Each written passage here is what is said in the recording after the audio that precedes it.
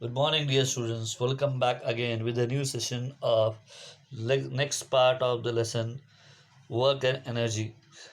Already we have done one part of it. We are going to discuss about the second part in which we are going to study about kinetic energy and potential energy, transformation of energy, free fall, that's all. And we'll see how and what else we can do it. Work and energy. Definition. The energy which an object has because of its motion is called as kinetic energy. For example, ball strikes stumps, striker hits coin, etc. Formula kinetic energy equals to half mv square. So whichever object is in motion that tends to perform any kind of work that is called as kinetic energy. Now how this formula is being derived. Suppose that a stationary object of mass m moves due to applied force. Let u be the initial velocity where you have to take it as 0. The applied force F generates acceleration a in the object after time t. The final velocity becomes v with the displacement being s. The work done on the object W equals to F into S. According to Newton's second law of motion, F equals to ma. This is our first equation. Also, according to Newton's second equation of motion, S equals to ut plus half at square. Since u is equals to 0, and therefore our S becomes S equals to u half at square. Put this value in the first equation. W equals to F into S, which is nothing but formula for force is mass into acceleration, and the value of displacement just now we have got it half at square, and together we can write it as half m at the whole square. Now consider Newton's first equation of motion, v equals to u plus at, where initial velocity we have taken as 0. Therefore the final velocity v becomes v equals to 80. Now put this value v equals to 80 in this equation. Then our formula becomes w equals to work done equals to half mv square. Thus we have derived our first equation of kinetic energy. Kinetic energy gained by an object is the amount of work done on the object. Ke equals to W equals to half mv square. Now we'll move to potential energy. The energy stored in an object because of a specific state or position is called its potential energy. For example, water stored in a dam, a compressed spring, etc. These are wherever energy is stored in any other form and which tends to perform the work. Such type of energy we call it as potential energy. Now how the formula for potential energy is mgh. How this formula is being derived. To carry an object of mass m to a height h above the Earth's surface, the force equal to mg has to be used against the direction of the gravitational force. The work done equals to force into displacement, which is nothing but mg into h, which is equals to mgh. Therefore, amount of potential energy stored in the object because of its displacement, Pe equals to W equals to mgh. Thus, we have derived the expression for the potential energy. Now we are going to see how transformation of energy is taking place in different forms. Here transformation of energy, you can see the diagram. This diagram gives clear indication that how electric energy is converted into different forms of energy. You can see electric energy is converted to mechanical energy in the form of machines, and vice versa also.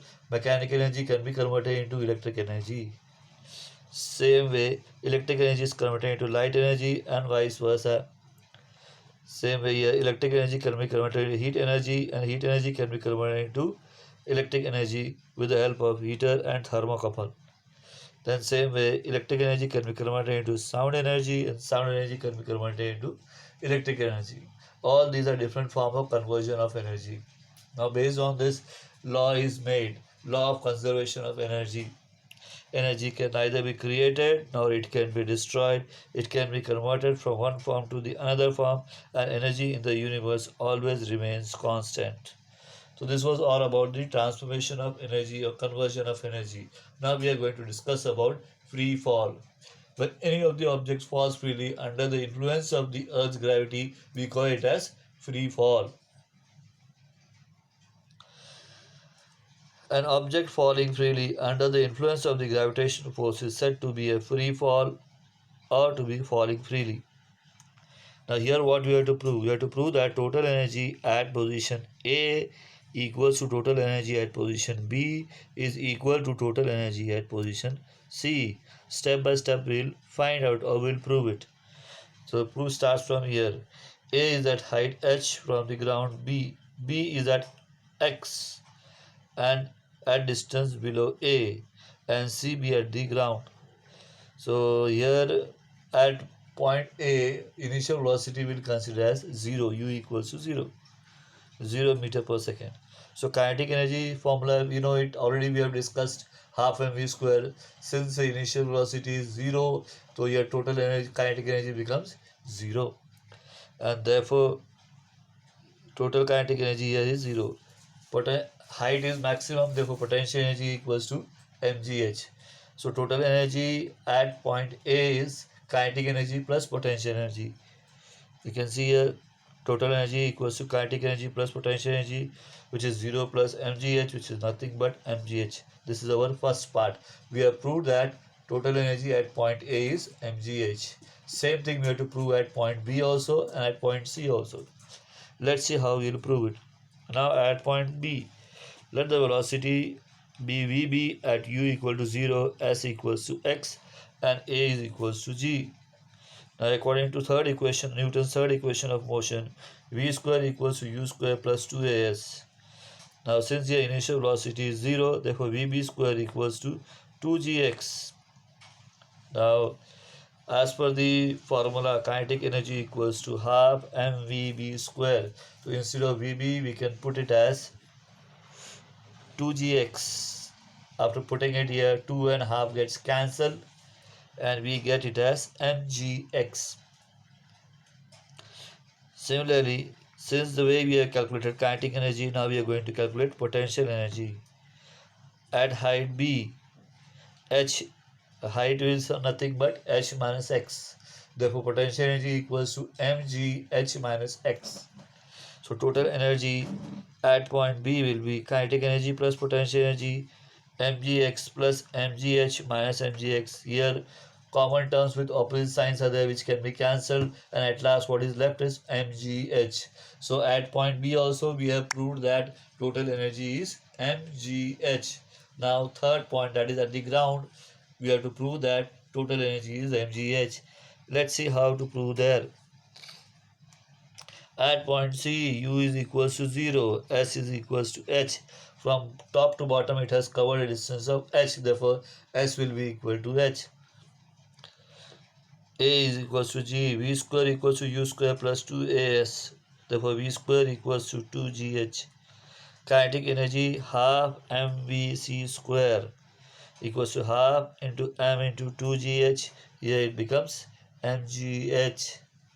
But now when the object falls down, the height becomes 0, therefore the potential energy at ground will be 0.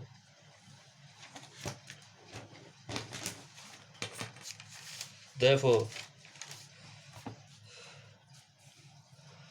the height of the object at point C is h equals to 0, therefore potential energy is mgh is equals to 0. The total energy becomes kinetic energy plus potential energy, mgh plus 0, which is nothing but mgh, equation 3.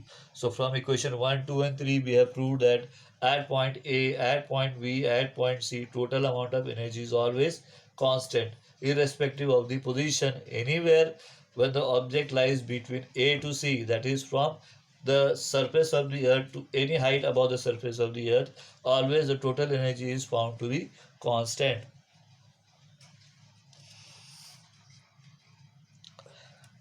Now power is defined as the rate at which work is done. Formula for the power: work done upon time. P equals to W upon T. In SI system, the unit of power is joule per second, called as watt. In industrial sector, 1 horsepower equals to 746 watt. 1 kilowatt hour equals to 1 kilo into 1 hour. 1 kilowatt is nothing but 1000 watt. 1 hour is nothing but 3600 seconds. So together if we multiply it, we'll get a 3.6 into 10 raised to 6 joule. The electricity used for domestic purpose is measured in units of kilowatt hour. So 1 kilowatt hour equals to 1 unit. Thus, we have covered up all the topic of this lesson. We have exposed all the topic of this lesson. Here we have completed this lesson. I hope all the topics are very much clear. Have a great day. Thank you.